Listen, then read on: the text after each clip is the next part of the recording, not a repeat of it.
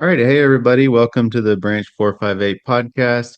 We have someone very special on this episode with us to talk about the health benefits and what's important coming up. And I'll just we'll jump right into it. I'll let them introduce themselves.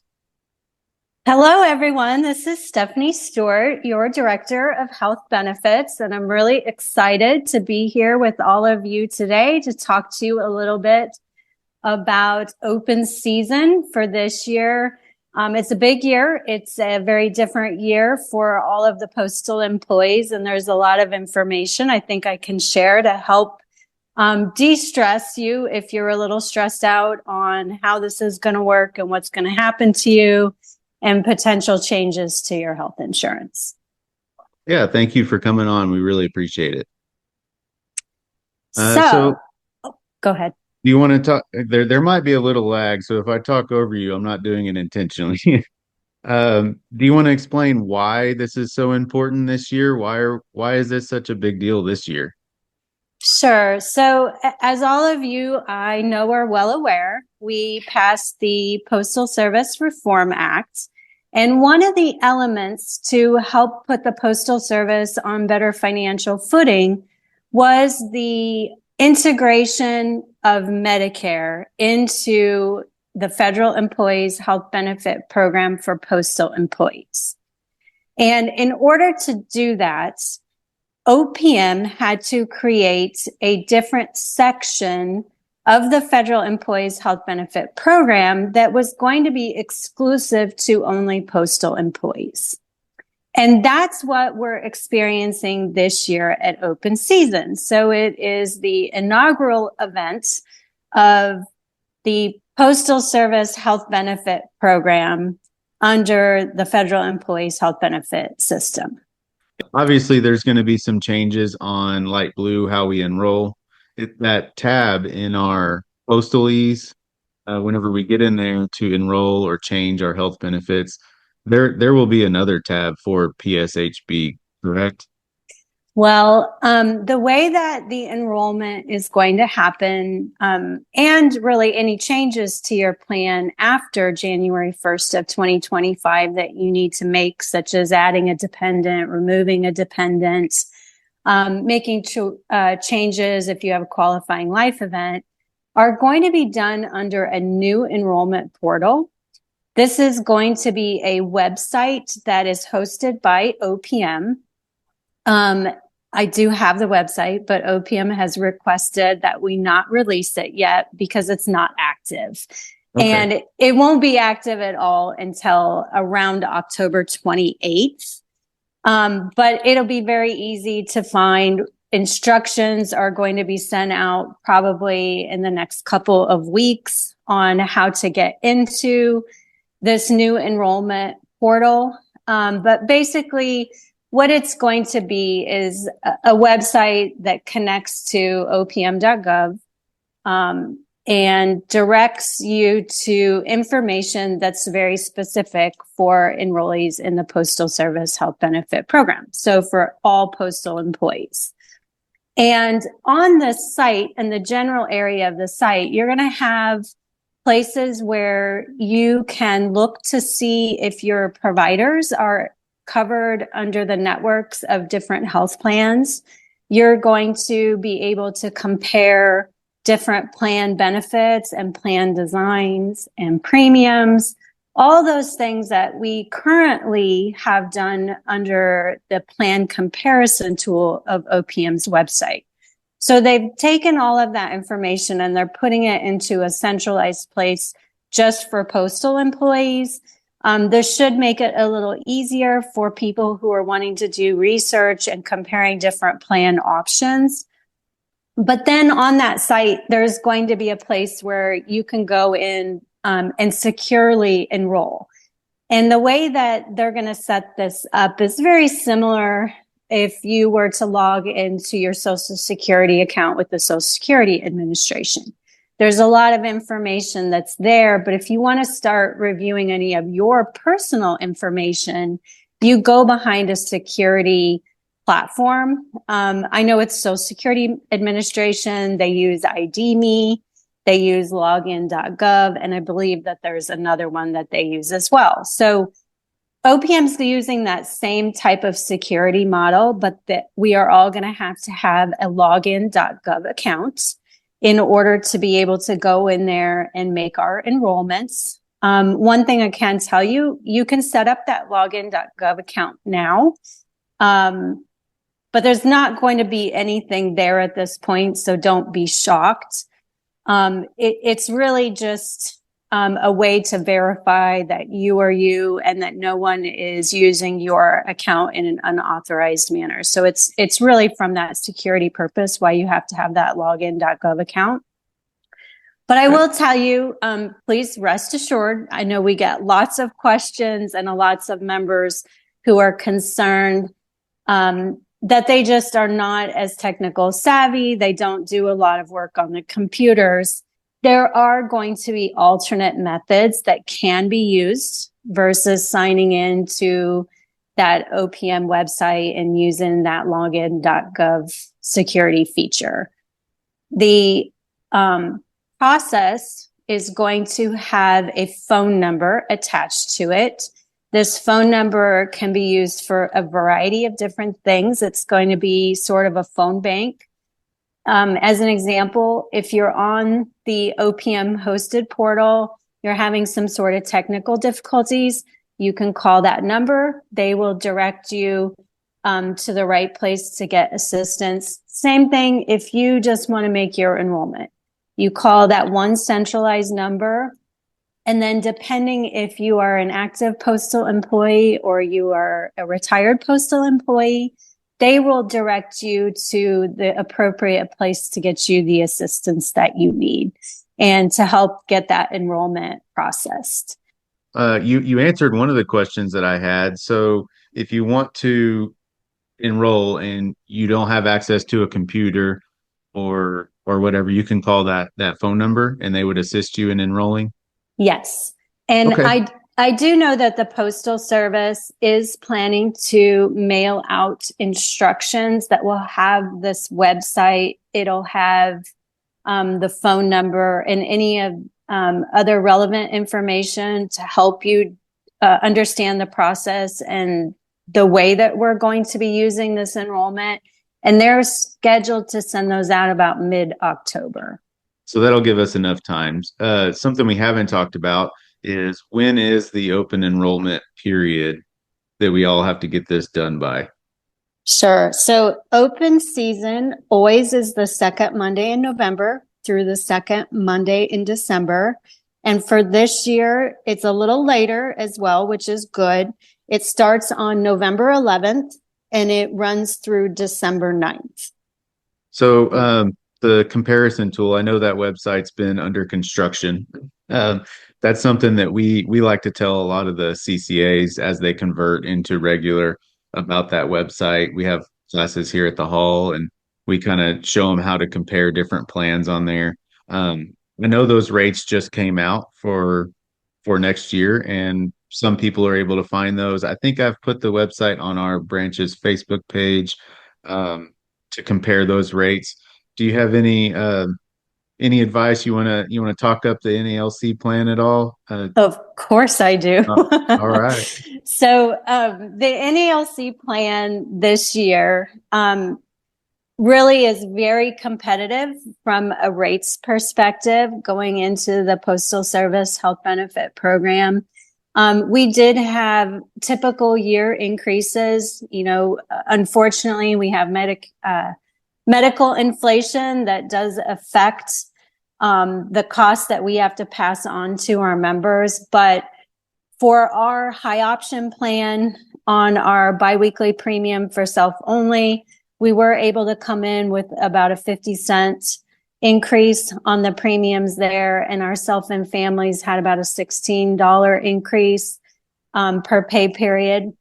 When you look at the program overall, those are very competitive rates across the board. We also have our consumer driven plan that had some small increases there as well, but very competitive. And honestly, this year, I can't according to OPM rules, I can't compare us to other plans, but for those of you who have looked at the rates across the entire program, the split of postal employees away from federal employees can truly be seen if you look at the federal employee rates compared to the Postal Service employee rates. Our plan alone, just to give you guys an idea of the savings that this change had for our members, our federal plan increases are for a family are about $50 per pay period. So it is a pretty significant savings for us not to have shared our medical expenses with federal employees and postal employees commingled together. This is not really a surprise to the NALC. We have long said that our federal employees are slightly more to insure than our postal employees, and this is the first time where that's truly visible. Many of the health plans this year, though, unfortunately, sustained very high costs. Through 2024, there was a significant uptick in medical spend across the entire program. So you will see, especially a lot of those commercial plans, not postal union plans, they did post pretty high increases for 2025, but it looks like the other postal plans were probably similarly suited, like the NALC, where we were able to recognize a bigger savings for our postal demographic versus our federal demographic. Yeah. So we'll probably talk about the comparisons in another episode. I'll do that. But what are some of the services that NALC provides? I know some of them I just recently got into this year and I love it, like the telehealth, the Hello Heart, the Hinge Health. You want to talk about those a little bit?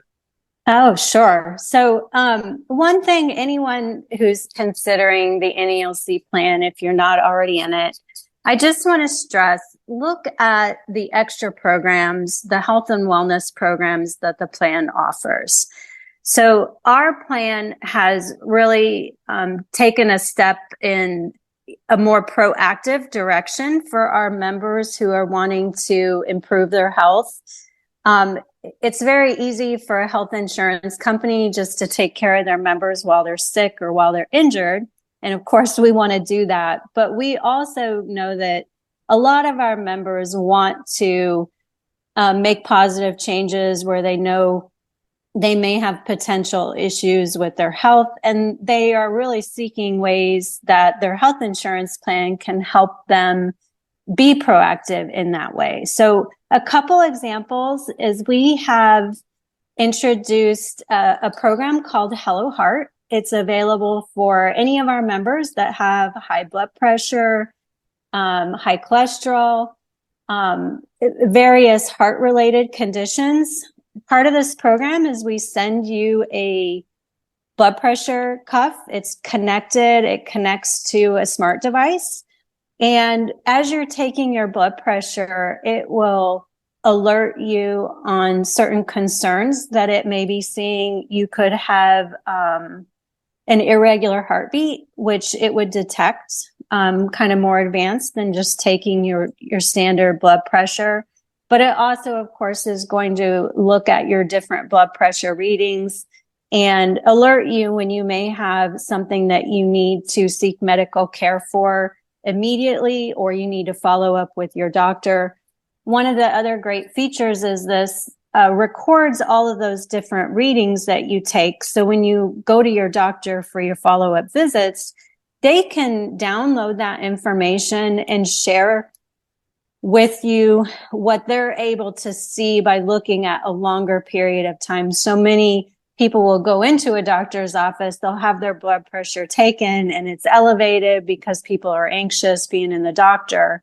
Whereas if you have a long history of taking these reads in a more comfortable setting, it's going to be easier for your doctor to tell if it's elevated because you're at the appointment or it's just naturally elevated.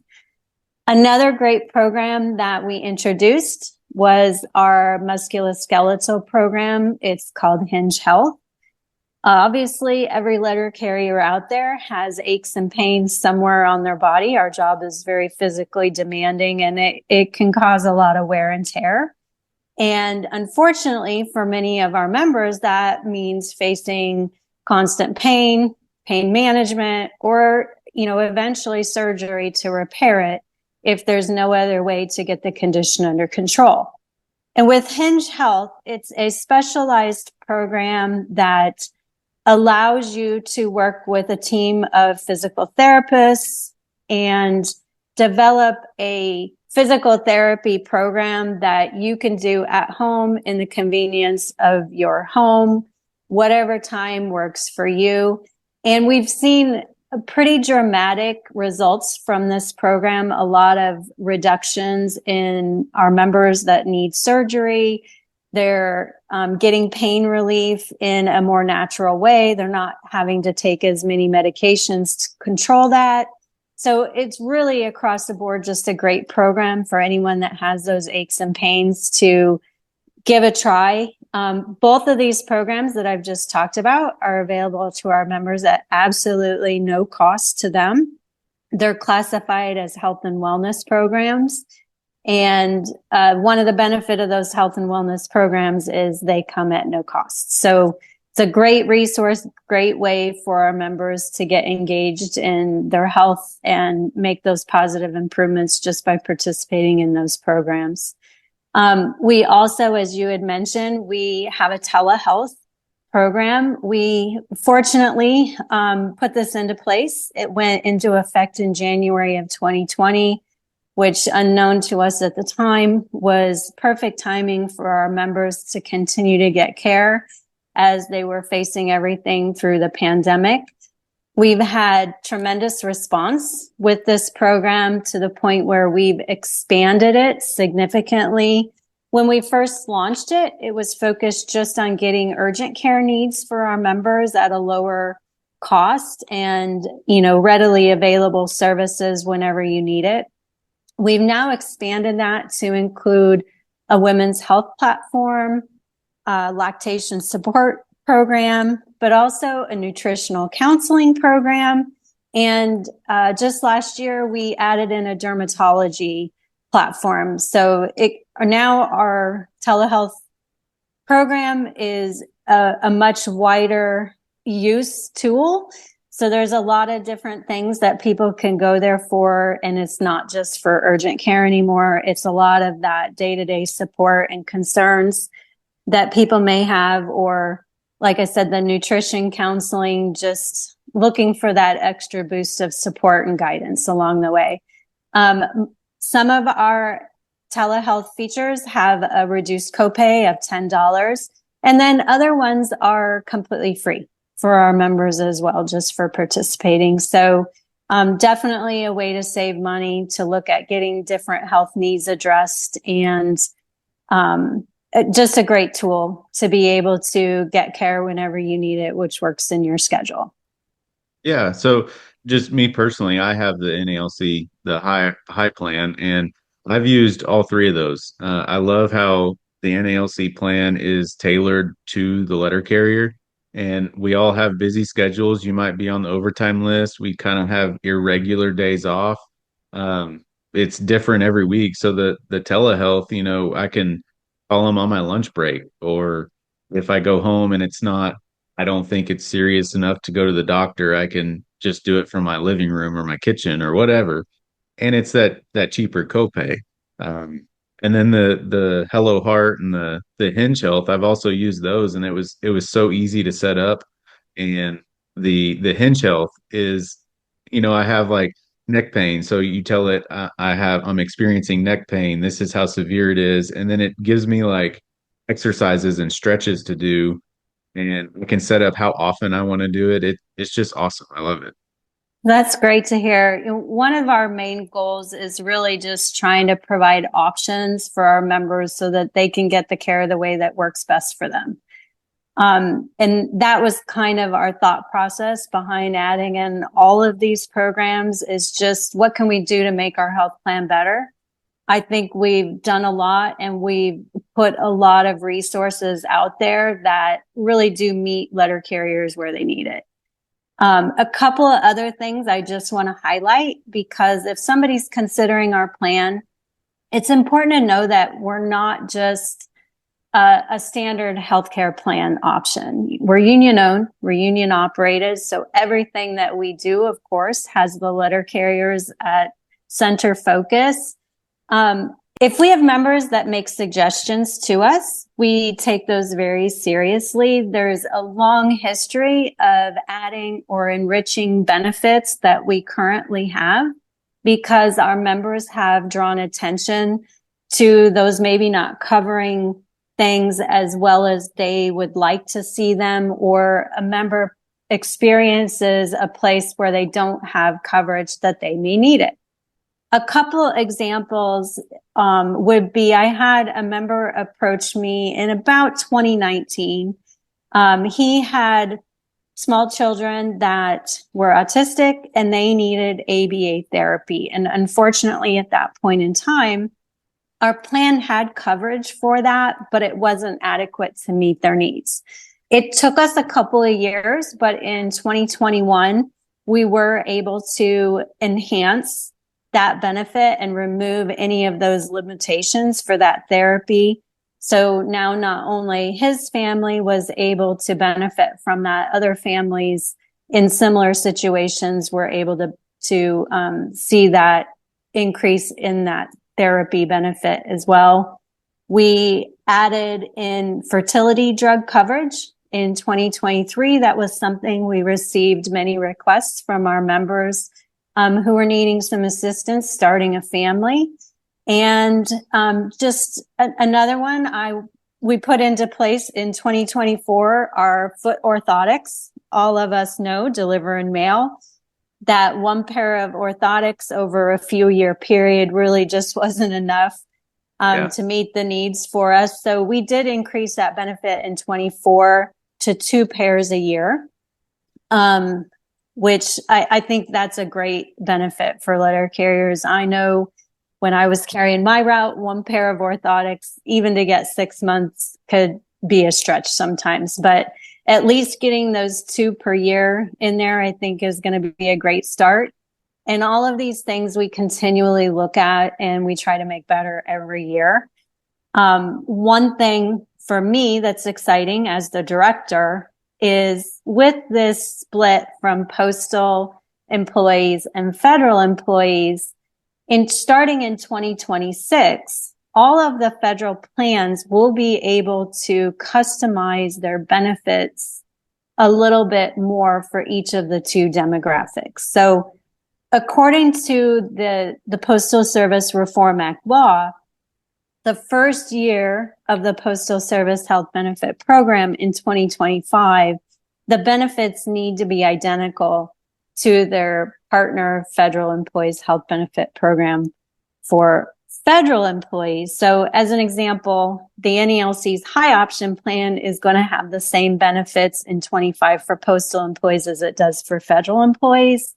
But in years to follow, we won't have to necessarily tie those benefits into that same package. So federal employees, 2 pair of orthotics may be adequate, but maybe on the postal side, that's an area where we need to look at increasing that because there's higher demand and a higher use for that type of benefit. So going forward, I think, there's going to be some bumps and some hurdles this year, just making sure that everyone gets enrolled into the Postal Service program. But I think in the years to follow, we're really going to see some additional good things come out of this, as well as, that reduction in our premiums to what they otherwise would have been had we stayed mingled with the other federal sector employees. All right, so I have a few questions from people, and you may have already answered some of them. So we'll just go through these a little bit. There's not too many of them. How can retirees enroll? Is that the same as if you don't have a computer, you just call that phone number, or? Yep, that's one thing about this that's gonna make it a little easier. All of us will have that same processes. They can do the computer, they can call the phone number. There is also going to be a paper form that can be completed to do the enrollment. That's information the Postal Service passed on to the NALC in their meetings. Now, we're not entirely sure if that's just going to be the same form that exists today, or if that's going to be a completely separate form.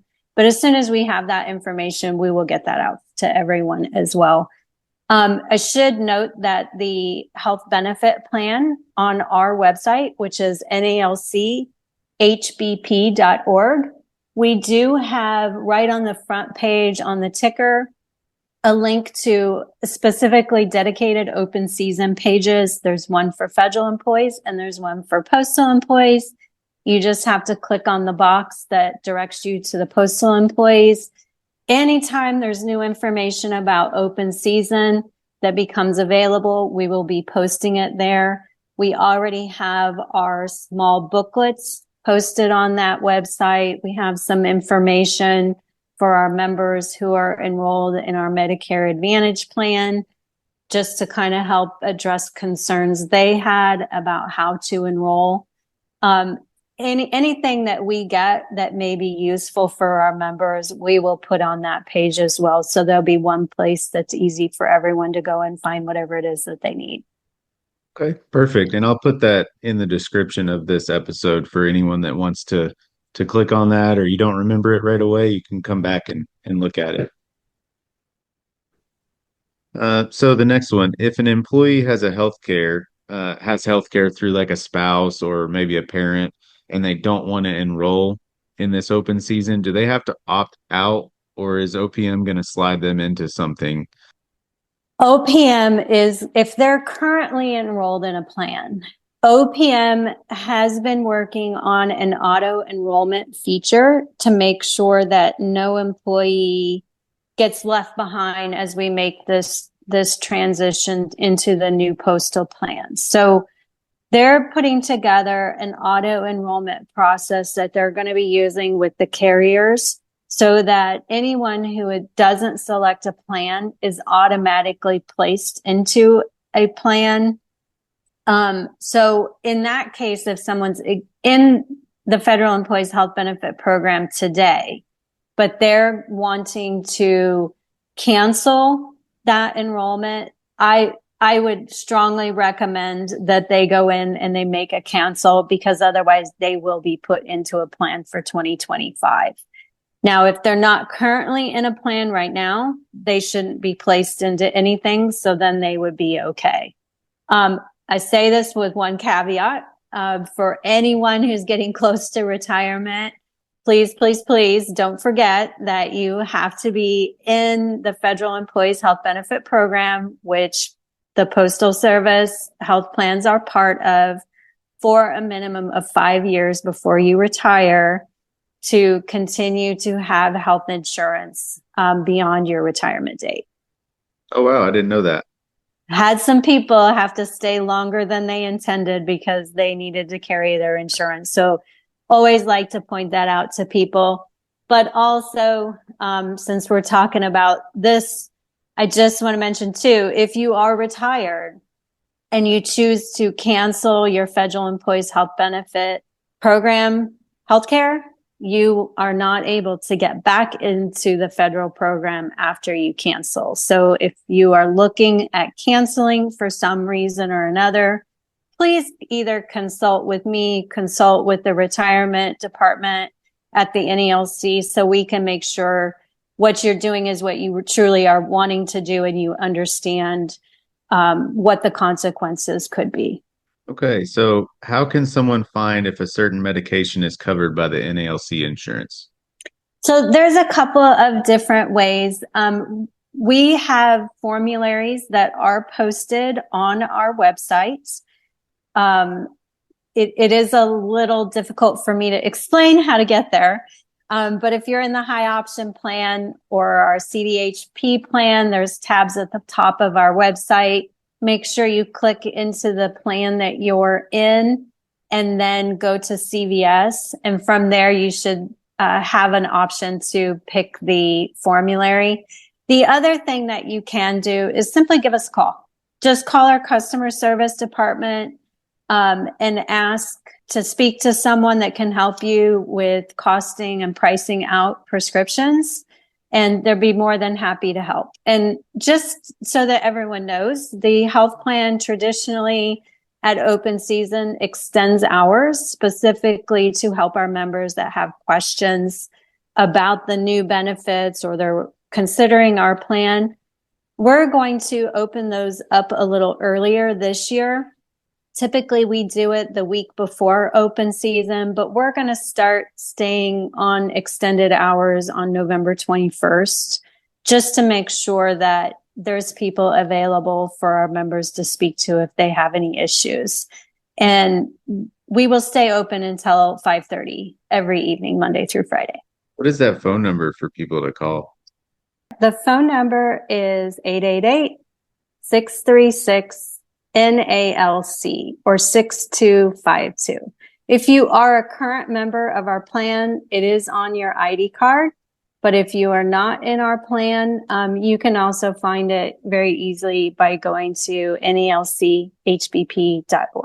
And I just have one more question, and I don't fully understand it, so maybe you will. So Sure.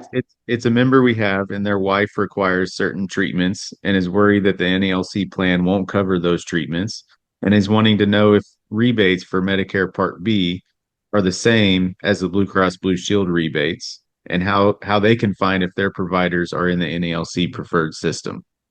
Okay, so let's start with the first question on the treatments. So without knowing specifically what the treatments are, I can't answer that question, but for that specific member, I would tell them to just call us and tell us what the treatments are, and we can tell you what our coverage on those would be.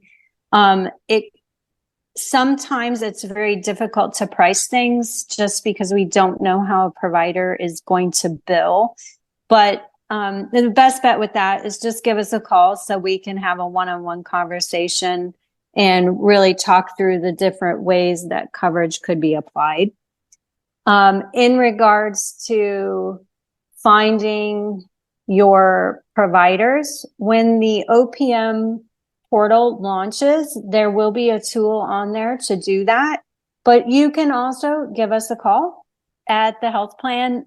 We truly are there as a one-stop place. Anyone who needs help, they just have questions, whether you're in our plan or not, we're happy to help you.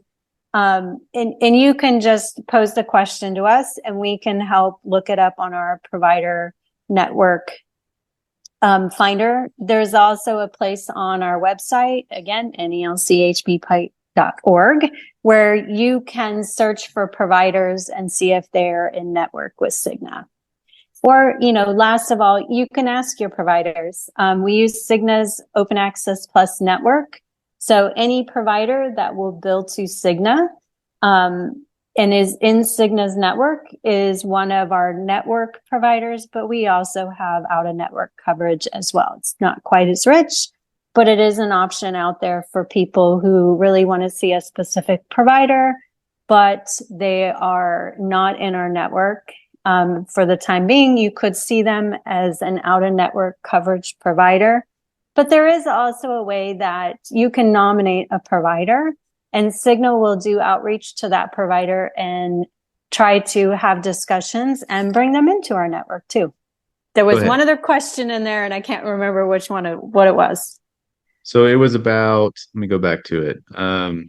The rebates. So the rebates for Medicare Part B, are they the same as the Blue Cross Blue Shield rebates? They are not identical. So we offer two different ways that our members can get a reduction in Part B premiums. So our first option is if you participate in the NALC's Medicare Advantage plan. So our high option members have a choice to either stay in our standard high option plan once they go on Medicare and have Medicare as their primary payer, the NALC as their secondary payer. But we also have an option where they could go into our high option Medicare Advantage. For our members that go into that, we offer a $75 per month reduction in your Part B premiums. Those actually are reduced right off of your Social Security payment if that's how you make your Medicare Part B premium payments. And that equates to $900 a year. And then the other option that we have for our members who don't want to be in our Medicare Advantage plan is we offer a reimbursement in our high option plan for our members who are participating in our Medicare Part D for prescription drug program, which is called SilverScript. And that reimbursement is a true reimbursement. It's done with another partner of ours called Health Equity. And with that, we will give you a $600 reimbursement towards any of your Part B premiums. So if you're in our Part D, we also reward you with a Part B reimbursement under that program, and that's $600. So the $600 and the $900 with our Medicare Advantage, it's also important for our members to realize that that's per person. So if you have two people on your policy that are both Medicare eligible and they're both enrolled in Medicare Part B, they can each receive those reimbursements for participation in one of those two programs. All right. So that was all the questions I had. I was just going to make a comment. We just recently had our Region 4 rap session, and we had some reps there, and they talked a little bit about the health plan, and they just mentioned that last year there were 4.5 million providers in the Cigna network, and this year there's 5.4 million. So it's expanded quite a bit. So odds are that your provider does take Cigna. Yeah, I mean, Cigna's network is pretty robust, and they continually try to add providers where there's holes. There are some geographical areas of the country they've had to really focus on trying to get more providers in, and I think they have done an outstanding job. The vast majority of our members have no problems finding a provider that's in the Cigna network, but it's really just a matter of doing the double checking. And I think you'll find that you really won't experience much disruption with making that change just because Cigna's network is so big. So that was all the questions I had. We've been telling everybody that I know OPM is going to slide you into a comparable plan, but we've been encouraging everyone to go on and enroll themselves and not just trust OPM. But that's all I really had. If you had any closing comments or anything you wanted to say, we really appreciate you coming on. Thank you again for doing that. You're welcome. It's my pleasure to be here. One thing I do want to say, I really appreciate that advice you guys are giving to your members. OPM is planning to do that auto enrollment, but those letters telling each of our members what plan they're going to be enrolled in, they're not even scheduled to be mailed out till the first week of November. And the reality is, we know that's going to put a lot of our members getting this very late into open season. And I'm still making the advice to people to go ahead and make that enrollment yourself. However, I will say if somebody gets that letter specifically says they're going to be put into the plan they want to be in, and there's no issues with it, at that point, it's not required that they make that enrollment election, but it's really going to depend, do they get that notice in time to trust it, or do they go ahead and just proceed on their own and use this new portal for the first time? My recommendation, of course, is still let's just use the portal. Let's get familiar with it and get comfortable, because it's going to be the process for us going forward. All right. Well, thank you so much for coming on. I know it's your day off, so I really appreciate it. Thank you. Oh, it's never my day off, but always happy to be here with you guys and share some information. And look, I can't stress enough for all of you out there. If you have questions, just call our customer service department. We're more than happy to help you. This is a great year for letter carriers to be looking at the NALC plan. I really think we've delivered a very competitive benefit package and a pricing package for 2025. And I think there's a lot of things that make our plan stand out, even more than just knowing that your union is there working with that plan and making sure that our members' needs are taken care of. I really just think it's a great plan overall. And I wish that more of our members looked at our plan, and I'm hoping this is the year that we make that happen. Unfortunately, in part for some of them, because the plan they may be in is no longer going to be available. But look, we're here, we're ready to help you out and willing to take good care of you. And that's all we want to do. Yeah. Yeah, and if anyone has any questions you want me to pass along for you, or if maybe I can answer those questions, you can always call the hall, ask those questions, or we have our own health benefits rep here, or you can send an email to the podcast. It's 458podcast@gmail.com. But that's it. I'll put some of that information in the description. So everybody have a good day. Thank you. Take care, everyone.